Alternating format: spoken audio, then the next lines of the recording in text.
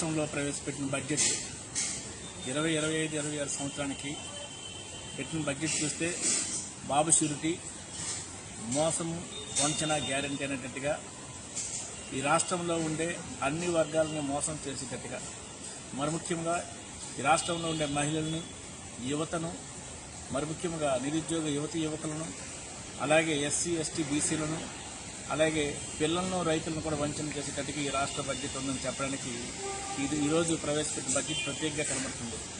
మరి ముఖ్యంగా ఈరోజు అన్ని పథకాలను రద్దు చేస్తామని చెప్తూ అన్నదాత సుఖీభవ మరియు తల్లికి వందన అనే పథకాల్లో కోతలు కూడా పెట్టడం మొదలెట్టారు.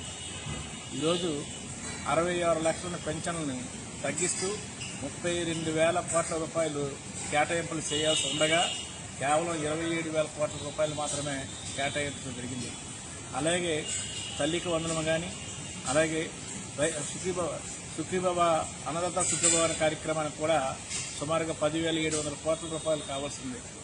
ఈరోజు చంద్రబాబు నాయుడు బడ్జెట్లో సగం బడ్జెట్ కేటాయింపులు చేసి ఈ రాష్ట్రంలో ఉండే రైతాంగాన్ని, ఈ రాష్ట్రంలో ఉన్న మహిళల్ని, ఈ రాష్ట్రంలో ఉండే యువతని పూర్తిస్థాయిగా మోసం చేయడం జరిగింది.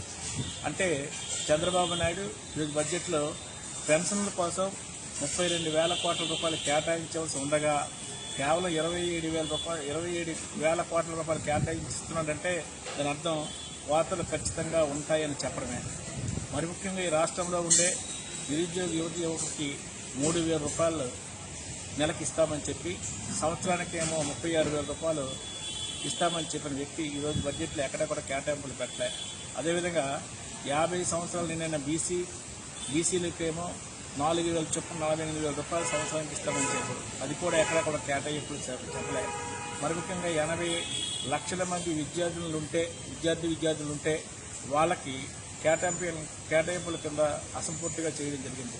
ఈ రాష్ట్రంలో ఉండే అన్ని వర్గాలను మోసం చేసేటట్టుగా, మరి ముఖ్యంగా యువతని, ఎస్సీ ఎస్టీ బీసీలని, మరి ముఖ్యంగా రైతులను వంచన చేసి ఈ రాష్ట్రంలో ఉండే బడ్జెట్ ప్రవేశపెట్టడం జరిగింది.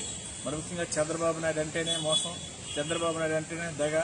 ఈ రాష్ట్రంలో అన్ని వర్గాలను మోసం చేయడం కాకుండా మహిళలను మోసం చేసిన ప్రభుత్వం ఈ ప్రభుత్వం అని చెప్పడానికి నిజంగా చాలా బాధతో ఈరోజు ఈ రాష్ట్ర ప్రజలందరూ కూడా గుర్తించాలి. చంద్రబాబు నాయుడు ఈ మోసాలని మరొకసారి ప్రజలు గుర్తించాలని నేను ఈ ద్వారా వేడుకుంటున్నాను.